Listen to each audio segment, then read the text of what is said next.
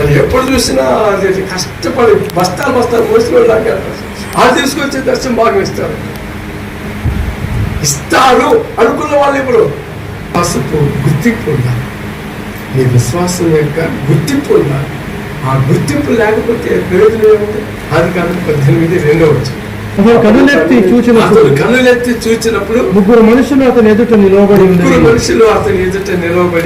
ఉండేది. అతడు వారిని చూసి అది గుడారపు వాకిటి నుండి వారిని ఎదుర్కొనేందుకు పరిగెత్తి చాలు నేల మట్టుకుని గుర్తింపు అబ్రహాం దగ్గరికి రావడానికి దేవుడు గుర్తించుకొని వచ్చాడు. అక్కడ మీ దిటికి మరలా వస్తాను నీ కడుపులో కుమారుడు చూశాడు. ఎంత గుర్తింపు లేకుండా విశ్వాసం ఏ రాజకీయ నాయకుడికి దండం పెడతాం, ఎప్పుడు నమస్కారం పెడతాం. ఏ రాజకీయ నాయకుడు నా దగ్గరికి వద్దు రావద్దు, వాళ్ళ దగ్గరికి నేను వెళ్ళను. ఎమ్మెల్యే 5 గంటలకి తెల్లవారుజామున 5 గంటలకు మేము అందరం వెళ్తే 7:30-8 గంటల దాకా బయటికి రావాలి. ఆయన బయటకు వచ్చి ఎమ్మెల్యే బయటికి రావాలని వచ్చాడు. నేను షుగర్ ట్యాబ్లెట్ పట్టుకొని మీ కొరకు నేను వచ్చానండి, మేము వచ్చామండి, నేను ప్రాముఖ్యంగా మీ కొరకే వచ్చా, చూడండి షుగర్ ట్యాబ్లెట్ కూడా వేసుకోకుండా వచ్చా. నేను పొరపాటున నేను కనుక పడిపోతే మీదే బాధ్యత. ఆయనకెందుకు భయపడాలి? మనం ఓటేసాం కదా, నేను షుగర్ ట్యాబ్లెట్ చూపించి మరి చెప్పా.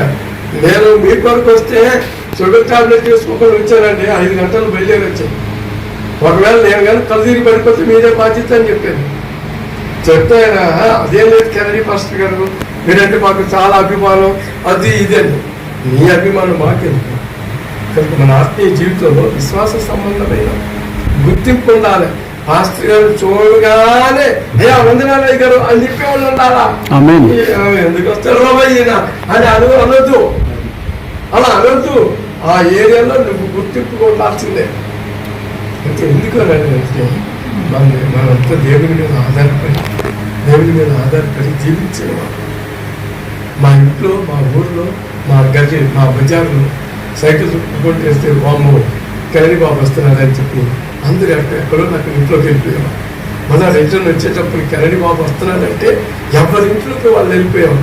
ఎవరన్నా బజార్లో నిలబడ్డారా, సైకిల్ స్టాండ్ చేసి నిలబెట్టేదా ఇంట్లోకి వెళ్దాం ప్రార్థన చేద్దాం. ప్రార్థన చేసి మేము చెప్పాము, నీకేం పని బజార్లో, ఎవరిని చూడటానికి వచ్చావు, ఇక్కడికి పో, ఇంట్లోకి వెళ్ళిపో అని అరిచేవాడు.